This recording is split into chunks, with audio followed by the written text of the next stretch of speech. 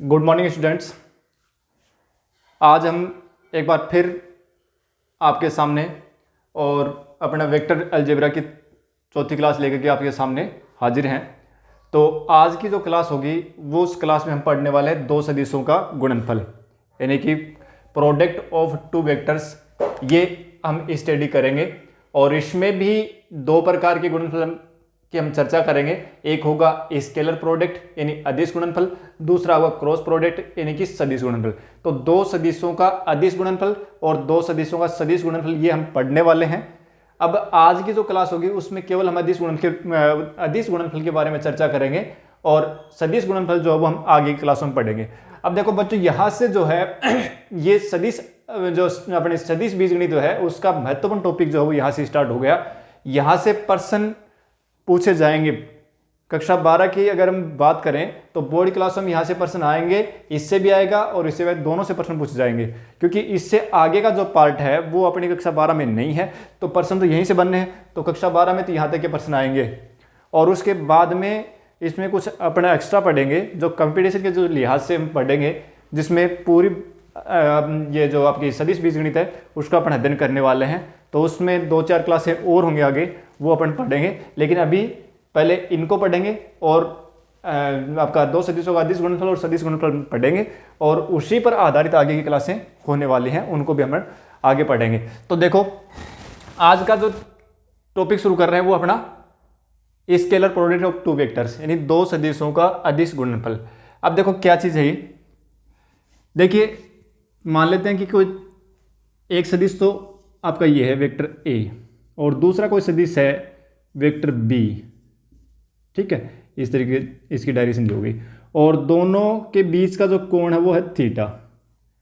तो दो सदिशों का जो अदिश गुणनफल है वो लिखा जाएगा ए डॉट बी से, तो वो लिखा जाएगा, ठीक है। मैं यहाँ पर दोनों का सिंबल लिख देता हूँ। अदिश गुणनफल है उसको अपन ए डॉट बी से लिखेंगे और सदिश गुणनफल है उसको अपन ए क्रॉस बी से लिखेंगे, ठीक है। जैसे क्रॉस प्रोडक्ट का नाम आ गया तो यहाँ से क्रॉस का साइन आएगा और डॉट आ गए ये डॉट, तो ए डॉट बी अदिश गुणनफल, ए क्रॉस बी सदिश गुणनफल। लेकिन ये आज की क्लास में हम नहीं पढ़ेंगे, आज की क्लास में केवल ये पढ़ेंगे, ठीक है। तो देखो दो सदिश अपने पास ए और बी और उनके बीच का कोण थीटा है, तो इन दोनों का जो गुणनफल यानी ए डॉट बी है वो कैसे निकलेगा, तो वो आएगा ए डॉट बी बराबर होगा mod of vector A mod of vector B और कोस थीटा। तो एक तो ये फॉर्मूला अपने को याद रखना है, ठीक है। अब यहाँ पर थीटा की जो वैल्यू है अलग अलग रखते जाएंगे तो अपने पास ए डॉट बी का मान भी अलग अलग मिलता जाएगा। देखो ये कुछ कंडीशंस हैं जो हमने उसमें कक्षा 11 के अंदर पढ़ी हैं फिजिक्स के अंदर। तो देखो क्या है, अगर थीटा इज इक्वल टू 0 तो अपने को पता है कि थीटा 0 है तो कोस थीटा क्या होगा, cos theta is equal to 1। तो उस स्थिति में ए डॉट बी जो है वो कितना हो जाएगा भाई, कोस थीटा 1 हो गया तो ए डॉट बी होगा मोड ऑफ वेक्टर ए और मोड ऑफ वेक्टर बी। अगर theta is equal to 90 degree या π/2 लिख दूँ तो कोस थीटा क्या हो जाएगा 0 हो जाएगा। तो उस स्थिति में A dot B is equal to 0, ठीक है। अब देखो यहाँ पर एक कंडीशन ये अपने को बहुत ज़्यादा याद रखनी है, क्योंकि यहाँ से बहुत सारे पर्सन अपने क्लियर होंगे। ए डॉट बी जो है वो अगर 0 आ रहा है तो इसका मतलब ये होगा कि वेक्टर ए और वेक्टर बी जो उनके बीच का दोनों के कोण कितना 90 डिग्री। इसका मतलब एक सदिश दूसरे के लंबवत है। ये बात दोनों तरफ सही है। अगर ए डॉट बी बराबर 0 है तो हम कहेंगे कि ए और बी लंबवत है, अगर ए और बी लंबवत है तो हम कहेंगे कि ए डॉट बी है वो 0 होगा, ठीक है ना। ये विच इज इम्प्लाइज का साइन अगर लगता है, ठीक है ना, यदि और केवल यदि, इसका मतलब ये होगा कि ए डॉट बी, ये अगर सही बात है तो ये भी होगी और अगर ये है तो फिर ये होगी, यानी दोनों तरफ से सही है कि ए डॉट बी अगर 0 है तो ए और बी लंबवत होंगे और ए और बी लंबवत है तो ए डॉट बी 0 होगा। तो ये चीज़ अपने को ध्यान रखनी, ये बात अपनी बहुत ही महत्वपूर्ण रहने वाली है, क्योंकि बहुत से पर्सन आएंगे उसमें बस केवल एक इंडिकेट किया होगा कि ए और बी परपेंडिकुलर है या A dot B equal to 0 है, तो बाकी काम अपने को करना है। अब उस समय ये चीज़ें अपने को ध्यान में होनी चाहिए, ठीक है। अब देखो हमने पीछे की क्लास में पढ़ा था कि अक्षों के अनुदिश इकाई सदिश एक्स अक्ष के अनुदिश आई कैप, वाई अक्ष के अनुदिश जे कैप और जेड अक्ष के अनुदिश के कैप, ये 3 सदिश थे। अक्षों के अनुदिश पढ़ा था और हम ये भी जानते हैं कि तीनों अक्ष एक दूसरे के लंबवत होते हैं, क्योंकि त्रिविमीय निर्देशांतर है ही अब पूरे स्पेस को 3 लंबवत रेखाओं के ने 3 लंबवत रेखा जो है वो उसको बराबर और आपके 8 चतुर्थांश आपके अष्टांशों में बांटते हैं। तो तीनों ये रेखा हो गई, ये आपकी एक्स एक्स हो गई, ये वाई एक्स हो गई और ये जेड एक्स हो गई, तीनों एक दूसरे के लंबवत होती हैं। इसका मतलब कि इसके बीच कौन 90 डिग्री है, ये कोण भी 90 डिग्री है और ये कोण भी 90 डिग्री है। दिखने में ज़्यादा दिख रहा है लेकिन ये इस प्रकार से जेड एक्स जो है ना वो इस प्रकार से है, इन अपने बोर्ड के परपेंडिकुलर है, लंबवत है। ठीक है, तो देखो अब मैं यहाँ जो बात बताने वाला हूँ वो देखिए आप कि आई डॉट आई अगर हम करेंगे, आई डॉट आई अगर हम करेंगे तो क्या आएगा, I dot I 1, J dot J 1 और के डॉट के 1। क्यों होगा, क्योंकि ये फॉर्मूला रहा अपने पास आई डॉट आई मतलब पहले आई का परिमाण और कोस थीटा, यानी कोस 0 बनेगा क्योंकि आई और आई के साथ कोण क्या होगा, 0 ही होगा। तो इन आई एक इकाई सदिश है, इसका परिमाण 1 होगा, तो 1 गुणा 1 और कोस 0 का मान भी 1 होता है, तो क्या हो गया, आई डॉट आई क्या हो गया, 1 हो गया। तो इसी प्रकार से अपने को तीनों बातें याद रखनी है कि I dot I, J dot J, के डॉट के 1 होगा। एक साथ में अपने को ये याद रखना कि आई डॉट जे और जे डॉट के और के डॉट आई, ये तीनों ही जो है ना वो तीनों के तीनों, इन तीनों का मान किसके बराबर होगा, 0 के बराबर होगा। मतलब कि आई डॉट जे 0 होगा, जे डॉट के 0 होगा, के डॉट आई 0 होगा। ठीक है, तो अदिश आपके जो अदिश गुणनफल है उसमें अपन ये चीज़ें पढ़ने वाले हैं। अब देखो इसके ऊपर मैं क्वेश्चन करवा देता हूँ आपको। पहले अपन इसमें क्वेश्चन करते हैं, अपने जो बुक के क्वेश्चन हैं वही करते हैं। देखो पहला क्वेश्चन दे रखा है कि दो सदिश हैं ए और बी और उनका परिमाण जो है एक का दे रखा है, ए का दे रखा है √3 और बी का दे रखा है √2 और दोनों का जो अदिश गुणनफल है वो दे रखा है अपने को, अदिश गुणनफल दे रखा है √6। क्वेश्चन नंबर 1 देखो, क्वेश्चन नंबर 1 दे रखा है कि वेक्टर ए जो है उसका परिमाण तो दे रखा है √3 और वेक्टर बी है उसका मॉडुलस दे रखा है अपने को, यानी उसके मैग्नीट्यूड है वो दे रखा 2 और कह रहा है कि ए डॉट बी जो है ना वो कितना है, √6 है। तो दोनों सदिशों के बीच कोण ज्ञात करो, थीटा ज्ञात करना है। कोई दिक्कत नहीं है, अपने को क्या दे रखा है, ए डॉट बी दे रखा ना, तो बस ए डॉट बी का फॉर्मूला लगाओ। Since A dot B is equal to mod of A mod of B और कोस थीटा ये होता है, ये फॉर्मूला अपन जानते हैं। अब देखो ये सारी वैल्यू पुट करो इसमें, ए डॉट बी की वैल्यू कितनी है, √6 है, एक का परिमाण √3, बी का 2 और कोस थीटा की वैल्यू अपने को पता नहीं है। ठीक है, अब ये दोनों ही कोस थीटा के साथ गुणा में है, इस साइड आएंगे तो भाग में आएंगे, तो कोस थीटा बराबर कितना हो गया, √6 बटे 2 √3। ठीक है, अब देखो कोस थीटा बराबर हो गया, √6 को लिख सकते हैं अपने √2 गुणा √3 लिख सकते हैं और नीचे 2 √3 है ही, √3 से √3 कैंसिल और 2 की घात ऊपर आधी है, नीचे 1 है तो नीचे आधी बचेगी, यानी √2 नीचे बचेगा। कोस थीटा बराबर यह आ गया, थीटा बराबर क्या हो जाएगा, π/4, क्योंकि कोस 45 का जो मान होता है, cos theta is equal to π/4, cos 45 का मान होता है वो 1/√2 होता है। तो दोनों सदिशों के बीच का कोण पूछा था तो वो कितना आ गया, π/4 आ गया। तो इस प्रकार से अगर हमें सदिशों के परिमाण दे रखे हैं और उनका अदिश गुणनफल दे रखा तो थीटा का मान निकाल सकते हैं। अगर थीटा का मान दे रखा तो ए डॉट बी भी निकाल सकते हैं। ठीक है ना, यानी कहने का मतलब ये है कि इसमें 4 राशियां हैं, ए डॉट बी है, 2 सदिशों का परिमाण है और दोनों के बीच का कोण है, कोई भी 3 दी होगी हम चौथी वैल्यू इजीली निकाल लेंगे। ठीक है, तो एक क्वेश्चन अपना फर्स्ट क्वेश्चन ये था। अब देखो ये तो इसमें तो क्या था कि मोड ऑफ ए और मोड ऑफ बी दे रखा था। ठीक है, ए डॉट बी की वैल्यू दे रखी थी, लेकिन थीटा भी नहीं देगा और केवल 2 सदिश देगा और कहेगा कि ए डॉट बी निकालो।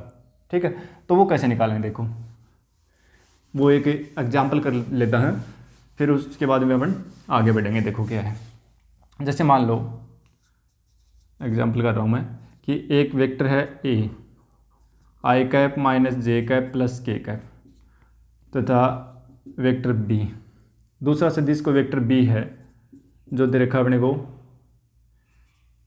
3i माइनस जे प्लस 2k। और क्वेश्चन में हमें ये पूछ लिया कि भाई ए डॉट बी की वैल्यू बताओ कितनी होगी, ए डॉट बी कितना होगा। बस यही चीज़ जो है वो अपने को सीखनी है, क्योंकि देखो यहाँ थीटा की वैल्यू देता तो दोनों का परिमाण निकालते फिर कर लेते, ठीक है। लेकिन क्योंकि हमने ए डॉट बी को तो ये बी पढ़ा है, A dot B is equal to क्या, mod of A mod of B cos theta, ये पढ़ा है। लेकिन यहाँ थीटा तो है ही नहीं ना, तो कैसे निकालेंगे। तो इसके साथ फिर मैंने एक चीज़ और भी पढ़ी थी कि इनका गुणा करेंगे, ठीक है। और आई डॉट आई 1 होता है, जे डॉट जे 1 होता है, के डॉट के 1 होता है, ये पढ़ा था। फिर आई डॉट जे डॉट के डॉट आई, ये सब क्या होते हैं, 0 होते हैं। तो वही चीज़ काम मिलेंगे यहाँ पर। देखो ए डॉट बी अगर निकालें तो ए की वैल्यू कितनी है, आई माइनस जे प्लस के और डॉट 3i माइनस जे प्लस 2k। अब पहले तो इस आई के साथ पूरे का डॉट करवा दो, फिर माइनस जे के साथ करवा दो, फिर के साथ करवा दो। तो आई के साथ करवाएंगे तो कितना होगा, 3i डॉट आई और फिर माइनस आई डॉट जे, ठीक है। फिर 2i डॉट के, ठीक है। फिर इससे करेंगे तो माइनस 3j डॉट आई, फिर ये माइनस और ये माइनस प्लस और j डॉट जे, फिर इससे करेंगे तो प्लस और माइनस गुणा के माइनस 2j डॉट के, फिर इससे करेंगे प्लस 3k डॉट आई, फिर k का j से करेंगे तो माइनस का k डॉट जे, फिर k का 2k से करेंगे तो प्लस 2k डॉट के, ठीक है। अब देखो i dot I, j dot J और k डॉट के, ये तो 1 होंगे, ठीक है। और एक मैंने बताया था कि i डॉट जे और बराबर j डॉट के बराबर k डॉट आई, ठीक है। ये होते हैं कितना, 0। तो चाहे तो i डॉट जे हो चाहे j डॉट आई हो, क्योंकि a डॉट बी और b डॉट ए है ना, वो बराबर होते हैं। यानी कहने का मतलब ये है कि अदिश गुणनफल जो है उसमें कम्यूटेटिव प्रॉपर्टी होल्ड होती है। a डॉट बी और b डॉट ए बराबर आएंगे, मतलब ये हुआ कि इनमें क्रम विनिमय नियम है वो लागू होता है। तो a डॉट बी और b डॉट ए दोनों बराबर होंगे। लेकिन क्रॉस प्रोडक्ट की बात आई उस समय ये लागू नहीं होगा। देखिए आगे पढ़ेंगे हम ये कि a क्रॉस b और b क्रॉस ए बराबर नहीं होंगे, ये अपन आगे पढ़ेंगे। देखो तो i dot I, j dot J, k dot के, वो तो सारे 1 होंगे। i डॉट आई एक तो ये रहा और j डॉट जे कहाँ है, ये रहा, k डॉट के ये रहा, ठीक है। ये तो होंगे 1 और बाकी सारे पद 0 हो जाएंगे। देखो i dot J 0, i dot के या k dot I 0, i dot J या j डॉट आई 0, ये भी 0, ये भी 0, ये 0, सारे 0 हो गए, ठीक है। तो ये कितना आ गया, i डॉट आई 1 3, ये 0, ये 0, ये 0, फिर j डॉट जे 1, फिर ये 0, ये 0, ये भी 0, और वो कितना हो गया प्लस का 2। तो 2 और 1 3, 3 और 1 3 6। तो a डॉट बी की जो वैल्यू कितनी आ गई, 6 आ गई। इस प्रकार से हम दो सदिशों का अदिश गुणनफल हम ज्ञात करते हैं। दो बातें हमने पढ़ी हैं, एक में तो दोनों सदिशों का परिमाण दे रखा था और उनके बीच कोण दे रखा, तो उस स्थिति में a डॉट बी कैसे निकाला था। और एक जब दोनों सदिश दे रखे हों उस स्थिति में a डॉट बी कैसे निकालेंगे वो अपन ने निकाल के देख लिया। और दोनों ही चीज़ अपने को आनी चाहिए, ठीक है। अब देखो अगला एक टॉपिक और है इसमें छोटा सा, और वो भी अति महत्वपूर्ण है। एक सदिश का दूसरे सदिश पर प्रक्षेप, एक ये टॉपिक और है। और ये टॉपिक भी बढ़िया है क्योंकि प्रश्न इसमें से भी आ रहे हैं। देखो प्रक्षेप का मतलब क्या होता है, जैसे मान लो एक कोई रेखा है, ठीक है, ये कोई लाइन हो गई L और यहाँ पर हमने एक पॉइंट A ले लिया और एक सदिश बना दिया AB, ठीक है, ये कोई सदिश हो गया AB। और ये सदिश AB जो है वो इस लाइन L से थीटा कोण बना रहा है। तो इस सदिश AB का और इस रेखा के ऊपर, अगर इस सदिश AB का हम प्रक्षेप निकालें किस इस रेखा के ऊपर, तो इस सदिश की जो छाया आएगी ना, परछाई जो बनेगी, वही इसका क्या होगा, प्रक्षेप होगा, ठीक है। इस सदिश का इस लाइन के ऊपर जो छाया बनेगी वही इसका प्रक्षेप होगा। तो ये तो होगी इसकी डेफिनेशन। लेकिन परीक्षा में डेफिनेशन नहीं पूछेगा, अपने को पूछेगा कि प्रक्षेप निकालो क्या होगा। ठीक है, तो मान लेते हैं कि इस एल के अलोंग कोई वेक्टर हमने पी ले लिया। ठीक है, तो जो ए का लाइन ए बी का लाइन एल के ऊपर जो प्रक्षेप होगा ना वो क्या होगा, यानी ए बी का एल पर प्रक्षेप वो क्या होगा, ए बी और dot P cap. P cap क्या चीज़ है, इस लाइन एल के अंदिश इकाई सदिश है। पी कोई सदिश था और पी कैप उससे बना दिया इकाई सदिश। ठीक है, तो इस ए बी का इस लाइन एल के ऊपर प्रक्षेप निकालना है, तो A B dot P cap, या हम यूं भी लिख सकते हैं इसको कि भी A B dot vector P और बटे में मोड ऑफ पी, क्योंकि हमने पढ़ा है कि कोई भी मात्रक सदिश निकालते हैं तो सदिश में सदिश ये परिमाण का भाग देते हैं। तो ये मात्रक सदिश तो है, तो मात्रक सदिश को हम क्या लिख देंगे, सदिश बटे सदिश का परिमाण, ये लिख देंगे। तो ये पी कैप की वैल्यू जो है वो कितनी हो जाएगी, vector P upon mod of vector P. तो ये आ गया सदिश ए बी का एल पर प्रक्षेप, यानी A B dot vector P upon mod of P. अब देखो यहाँ पर एक चीज़ बता रहा हूँ, वो अपने को पकड़ के याद रखनी है। क्या कि यहाँ देखो मैं क्या लिख रहा हूँ, ए बी का एल पर प्रक्षेप, एल के अनुदिश सदिश कौन है, पी, यानी यूँ कह दूँ कि ए बी का पी पर प्रक्षेप। ठीक है, ए बी का पी पर प्रक्षेप, ए बी सदिश है पी भी सदिश है, तो ए बी का पी पर प्रक्षेप क्या हुआ, ए बी डॉट पी बटे मोड ऑफ पी।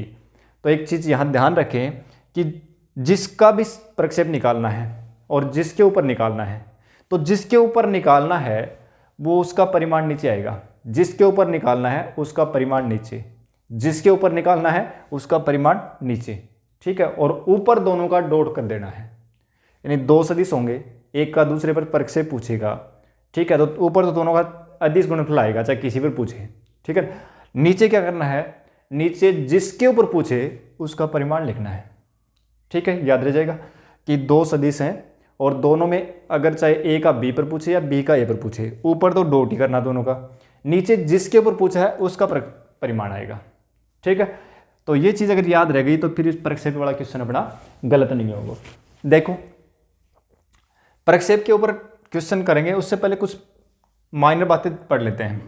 देखो ये थीटा जो है अगर ये चेंज होता जाए, अगर थीटा अगर जीरो हो जाए, थीटा अगर जीरो हो जाए तो थीटा बराबर जीरो हो जाए तो प्रक्षेप क्या होगा, यानी यही ए बी हो जाएगी भाई, ये इस पी के ऊपर ही आ जाएगी। ठीक है, तो इसका प्रक्षेप क्या हो जाएगा, ए बी हो जाएगा। तो उस समय प्रक्षेप जो है ना वो कितना होगा, प्रक्षेप जो है प्रोजेक्शन वो कितना हो जाएगा, ए बी हो जाएगा। ठीक है, समझ में आ गई बात। अगर थीटा इज इक्वल टू पाई हो जाए यानी उल्टा हो जाए तो इसका प्रक्षेप जो है ना वो कितना हो जाएगा, प्रक्षेप जो है वो हो जाएगा बी ए हो जाएगा, प्रक्षेप क्या हो जाएगा, बी ए।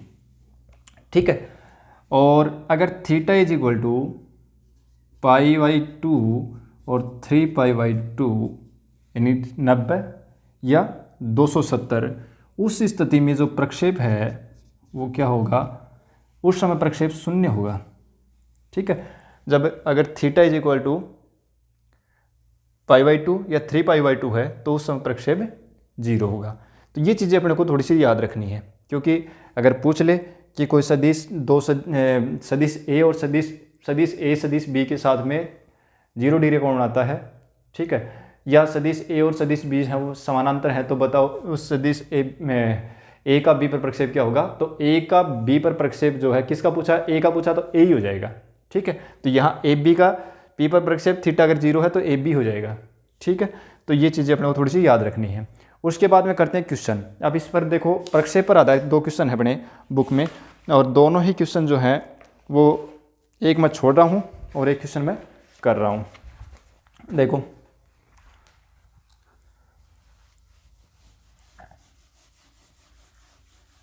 बस एक ही चीज़ दिमाग में बैठानी है कि किसके ऊपर पूछा है, जिसके ऊपर पूछे जिसके ऊपर है उसका परिमाण नीचे आएगा। देखो क्वेश्चन नंबर 4 है, इसमें वो करते हैं। और क्वेश्चन नंबर 4 क्या है, एक वेक्टर ए दे रखा है I cap plus 3j cap plus 7k cap का ए का, और सदिश बी दे रखा है 7i cap minus J cap plus 8k cap. ठीक है, सदिश ए का सदिश बी पर प्रक्षेप, प्रक्षेप ये पूछ रहा है अपने को कि प्रक्षेप क्या होगा। मैंने पूरा प्रश्न नहीं लिखा, बस खाली शॉर्ट में बातें लिख दी कि एक सदिश ये है, प्रश्न में कह रहा है कि इस सदिश का इस सदिश पर प्रक्षेप बताओ कितना होगा। ठीक है, तो ए और बी मैंने अपनी तरफ से लिखा है, इसको मैंने ए मान लिया और इसको मैंने बी मान लिया है।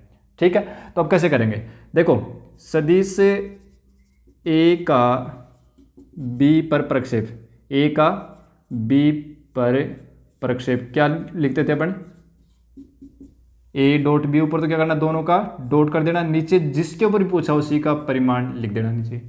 ठीक है, कर दो भाई, ए डॉट बी यानी ए की वैल्यू तो है आई प्लस 3j प्लस 7k कैप, और डॉट बी की वैल्यू कितनी है 7i cap minus J cap plus 8k cap, और बटे में मोड ऑफ बी का परिमाण लिखना है। तो परिमाण लिखना तो खूब अच्छे से जान गए हम कि इनके जो अदिश घटक हैं उनके वर्गों के योग का वर्गमूल करना है, तो वर्गमूल तो हमने लगा दिया और इनके वर्गों का योग लिख दो, 49 1 और 64। ठीक है, अब आई डॉट आई 1 होगा तो ये तो 7 हो गया, I dot J 0, I dot के 0। ठीक है, अब मैं शॉर्ट में कर रहा हूँ, 3 गुणा 7 21, जे डॉट आई 0, फिर जे डॉट जे 1, तो प्लस है, ये माइनस है तो माइनस आएगा और 3 आ जाएगा, 3 इंटू जे डॉट जे 1 हो गया, फिर जे डॉट के 0, के डॉट आई 0, के डॉट जे 0। अब ये कितना हो गया प्लस प्लस 856 और के डॉट के 1, और नीचे कितना आ जाएगा, इनको ऐड कर दो, देखो अंडर रूट, इनको ऐड करेंगे तो ये हो गया अपने पास 4 और 114। ठीक है, और अब देखो ये कितने हो गए 60, क्योंकि 7 में 3 घटाए 4 और 56 और 4 60, और बटे अंडर रूट 114, ये आ गया इसका प्रक्षेप। तो 60 बटे ए का बी पर प्रक्षेप है वो कितना आ गया 60 बटे अंडर रूट 114 आ गया। ठीक है, कोई दिक्कत नहीं है, बिल्कुल सिंपल सा प्रश्न था। अब देखो आगे, तो प्रक्षेप की बात समझ में आ गई कि ए का बी पर पूछे या बी का ए पर पूछे, ऊपर तो डॉट करना ही है, नीचे जिसके ऊपर पूछा है उसी का परिमाण यहाँ आना है। एक देखो क्वेश्चन नंबर 2 था अपना, क्वेश्चन नंबर 2 है, हालांकि ये कर लेंगे मेरे हिसाब से फिर भी, लेकिन मैं फिर बता देता हूँ। वेक्टर आई वे दे रखा है I cap minus 2j cap और प्लस 3k कैप, और वेक्टर बी दे रखा है 3i cap minus 2j cap plus k cap, ये दे रखा है। और इनके बीच का कोण पूछा है कि ये दो सदिश हैं, दोनों सदिशों के बीच का कोण बताओ कितना हुआ, यानी थीटा की वैल्यू पूछी है। ठीक है, तो इसका मतलब ए डॉट बी फॉर्मूला तो ये लगना है, थीटा इसी में है। अब थीटा निकाले तो क्या क्या चाहिए, एक तो ए डॉट बी चाहिए, तो निकालो भाई ए डॉट बी निकालो पहले, तो ए डॉट बी लिख रहा हूँ मैं, क्या आएगा I dot I 1 3, I dot J 0, I dot के 0, फिर J dot I 0, J dot J 1, तो माइनस माइनस गुणा हो गया प्लस 2 दूनी 4, फिर जे डॉट के 0, के डॉट आई 0, के डॉट जे 0, के डॉट के 1, तो ये 3 ही हो गया। तो कितना हो गए, यानी ए डॉट बी का जो मान है वो कितना आ गया 10 आ गया। अब और क्या चाहिए, मोड ऑफ ए चाहिए, मोड ऑफ बी चाहिए।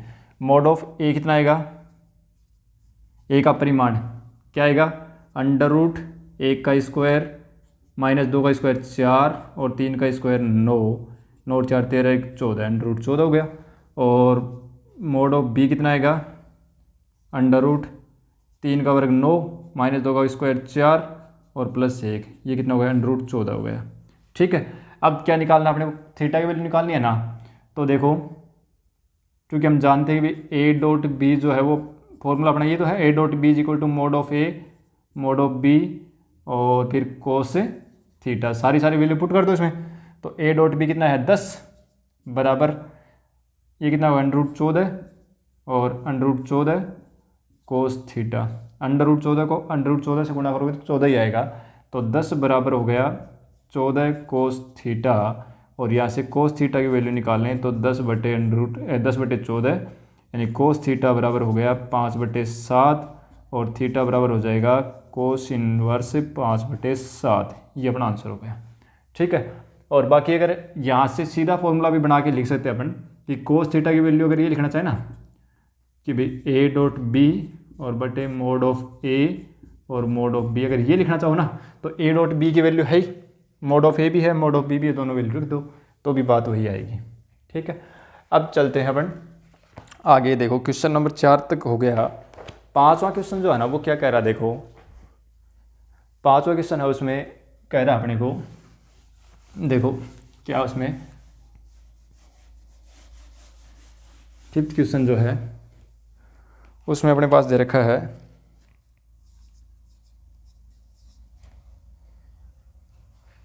तीन सदिश दे रखे हैं। देखो वेक्टर ए मैं ले लेता हूँ 1/7 2i cap plus 3j cap plus 6k cap, और वेक्टर बी दे रखा है अपने को 1/7 3i cap minus 6j cap plus 2k cap, और वेक्टर सी दे रखा है 1/7 और 6i cap plus 2j cap minus 3k cap, ये दे रखा है। ठीक है, और प्रश्न में ये कह रहा है कि एक तो आपको ये चेक करना है कि ये तीनों सदिश मात्रक सदिश हैं, और दूसरी बात ये चेक करनी है कि तीनों सदिश एक दूसरे के लंबवत हैं। ठीक है, तो क्या क्या चेक करना, देखो एक तो हमें चेक करना है कि तीनों मात्रक सदिश, इसका मतलब तीनों का परिमाण एक आएगा, तो ये चेक करना है। एक तो ये चेक करना है कि तीनों मात्रक सदिश कब होंगे, जब तीनों का परिमाण एक आ जाए। ठीक है, एक तो ये चेक करना है। ठीक है, दूसरा हमें चेक करना है कि तीनों लंबवत होंगे। तीनों लंबवत होंगे इसका मतलब क्या हुआ कि कोई भी दो पकड़ लो, ए डॉट बी भी 0 आएगा, बी डॉट सी भी 0 आएगा और सी डॉट ए भी 0 आएगा। कोई भी दो को तीन को पकड़ लो 0 आएंगे। ठीक है, तो देखो पहले तो ये निकाल लेते हैं मात्रक सदिश है क्या, तो ये तो अपन ने पीछे की क्लास में भी सीखे हैं, तो ये तो सभी को आते होंगे। देखो वेक्टर ए का परिमाण निकालें तो क्या होगा, देखो अंडर रूट इसके अदिश घटक, तो 1/7 को चाहे तो यूँ कर लो, 1/7 को सभी से गुणा कर लो। ठीक है, और बाकी पता है कि सभी में क्या है, इस वर्गों का योग है, तो इसका मतलब 7 का भी वर्ग आएगा, 1/7 का वर्ग आएगा, तो 1/7 का वर्ग मैं पहले लिख देता हूँ। ठीक है, और नहीं लिखें तो भी कोई दिक्कत नहीं है। 1/7 को 2 से गुणा करें 2/7, 2/7 का वर्ग कितना हुआ 4/49, 1/7 को यहाँ गुणा करें 3/7, 3/7 का वर्ग कितना हुआ 9/49, 1/7 को यहाँ गुणा करें 6/7 कितना हुआ 36/49। ठीक है, अब ये कितना हो गया 49 एलसीएम आएगा, और अंदर कितना हो गया 49 ही बनेगा अंदर, 36 और 4 40 और 9 49 और बराबर 1 49। तो ये मोड ऑफ ए जो है वो कितना आ गया 1 आ गया। इसी प्रकार से अगर अपन मोड ऑफ बी निकालेंगे ना तो वो भी 1 आएगा, और मोड ऑफ सी निकालेंगे तो वो भी 1 आएगा। ये आपको चेक करना है। ठीक है, खुद करेंगे। ठीक है, अब देखो आगे एक मैं इसमें चेक कर देता हूँ कि तीनों ही आपस में लंबवत होंगे, यानी A dot B, B dot C और सी डॉट ए तीनों ही 0 आएंगे। तो देखो एक चेक कर लेते हैं, कोई भी एक चेक कर लेते हैं, एक मैं चेक कर देता हूँ, बाकी आप खुद कर लेना। ए डॉट बी निकाल लेता हूँ। ठीक है, तो ए कितना है 1/7 और 2i cap plus 3j cap plus 6k cap dot 1/7, B कितना है ये 1/7 3i cap minus 6j cap plus 2k cap. अब 1/7 और 1/7 गुणा हो गए तो हो गए 1/49, ये कितना आएगा i डॉट i 1, 2 2 3 6, फिर i dot j 0, i dot k 0, फिर j dot i 0, j dot j 1 होगा, तो 6 गुणा -3 तो 6 तिया 18, फिर j डॉट k 0 होगा, फिर k डॉट i भी 0 होगा, k डॉट j भी 0 होगा, और k डॉट k 1 होगा, तो 6 दूनी 12। देखो 6 प्लस के 12 प्लस के 18, और 18 में से 18 घटाओगे तो 0, तो 0/49 मतलब 0 आ गया। तो इसका मतलब क्या हुआ कि वे ए जो है ना वो किसके लंबवत है, vector A perpendicular to vector B, सदिश ए जो है वो सदिश बी के लंबवत है। तो ये चेक करना। इसी प्रकार से आप बी डॉट सी निकालोगे, ठीक है, और सी डॉट ए निकालोगे। ठीक है, ये दोनों आपको करने हैं, और इन्हीं से क्या प्रूव होगा कि भाई बी है वो तो सी के परपेंडिकुलर है, और सी है वो ए के परपेंडिकुलर है। बस यही बात प्रूव करने की, तीनों आपस में परपेंडिकुलर होंगे। ठीक है, तो ये था अपना क्वेश्चन नंबर 5। अब देखो क्वेश्चन नंबर 6 में चलते हैं। बस ऐसे क्वेश्चन है, इसमें कोई ज़्यादा कठिन है नहीं, बहुत सिंपल क्वेश्चन है। बस थोड़ी थोड़ी बातें हैं वो थोड़ी याद रखनी है, थोड़ी सी बातें दिमाग में बिठानी है और फिर सारे क्वेश्चन हो जाएंगे। कुछ है ही नहीं इसमें, बिल्कुल सिंपल क्वेश्चन है। क्वेश्चन नंबर 6 जो है ना वो क्या, देखो क्या दे रखा है। क्वेश्चन नंबर 6 है, क्वेश्चन नंबर 6 भी नॉर्मल सा क्वेश्चन। देखो क्या दे रखा है कि a plus B dot a minus B बराबर 8 है, तो ये दे रखा है। और दूसरा कह रहा है कि मोड ऑफ a जो है वो 8 गुणा मोड ऑफ b है, कि a का परिमाण जो है ना b के परिमाण से 8 गुणा है, एक ये बात कर रहा है। तो कह रहा है कि एक तो मोड ऑफ a बताओ कितना आएगा और एक मोड ऑफ b बताओ कितना आएगा, ये दोनों के मान आपको निकालने हैं। ठीक है, तो देखो कुछ नहीं है, बिल्कुल सिंपल सा क्वेश्चन है। ये इन दोनों का डॉट दे रखा है, ये यहाँ पर माइनस है, हाँ माइनस है, ये क्वेश्चन में दे रखा माइनस। यहाँ पर जो है ना a माइनस बी है, ये vector a minus vector b है। तो देखो क्या होगा, पहले इस a के साथ इसका अदिश गुणनफल निकालते हैं।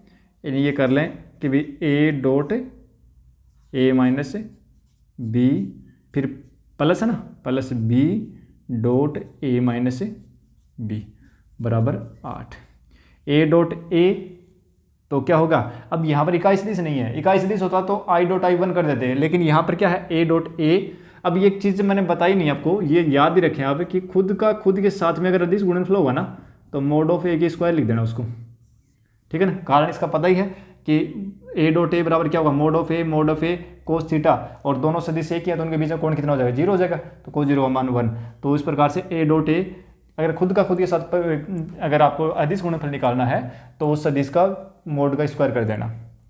ठीक है, तो ये तो हो गया a dot a minus a dot b plus b dot a minus b dot b बराबर 8। ठीक है, फिर आगे चलते हैं। a डॉट a खुद के साथ अदिश गुणनफल, किसी भी सदिश का खुद के साथ अदिश गुणनफल निकालना तो उसको क्या लिख देंगे, स्क्वायर कर देंगे। यानी a डॉट a क्या आएगा, मोड ऑफ a का square minus a dot b, और देखो a डॉट b और b डॉट a दोनों बराबर होंगे। ठीक है ना, तो a डॉट b को या b डॉट a को मैं वापस a डॉट b लिख देता हूँ, और ये हो जाएगा मोड ऑफ b का स्क्वायर बराबर 8। ये दोनों कैंसिल हो गए, एक प्लस का और एक माइनस का कैंसिल हो गए। ठीक है, अब देखो मोड ऑफ a की वैल्यू कितनी है, 8 गुणा मोड ऑफ b है ना, तो मोड ऑफ a की जगह पर 8 गुणा मोड ऑफ b रख देते हैं। तो 8 गुणा मतलब इसका स्क्वायर करके लिखे हैं, तो मोड ऑफ a का अगर स्क्वायर करें तो कितना आएगा, मोड ऑफ a का स्क्वायर हो जाएगा 8 का स्क्वायर 64 और मोड ऑफ b का स्क्वायर हो गया।